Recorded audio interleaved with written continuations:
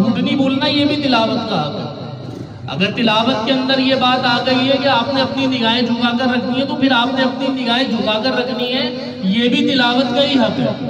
اگر تلاوت کے اندر یہ بات آ گئی ہے کہ بڑوں کا ادب کرنا ہے، والدین کا ادب کرنا ہے، تو یہ بھی تلاوت کے حق میں ہی شامل ہے کہ آپ کو جو قرآن پاک کہہ رہا ہے آپ ان باتوں پہ عمل نہیں کر رہے۔ اگر تلاوت کے اندر یہ بات موجود ہے قرآن پاک میں کہ آپ نے بد زبانی، بد خلقی، کچ خلقی یا بری روش اختیار نہیں کرنی، معاشرے میں برائیوں پھیلانے کا حصہ نہیں بننا، تو یہ بھی تلاوت کا ہی حق ہے۔ تلاوت کا حق اللہ تعالیٰ نے مختلف آیتیں بھری پڑی ہیں، قرآن پاک میں بے شمار نظریات، اس سے تلاوت کا حق ادا ہو سکتا ہے عملی طور پر۔ الصابرین، صبر کرنے والوں کو فرمایا، یہ بھی تلاوت کا حق ہے کہ اگر آپ صابرین کی آیت پڑھتے ہیں تو آپ پہ صبر کرنے والے ہونے چاہیے۔ صادقین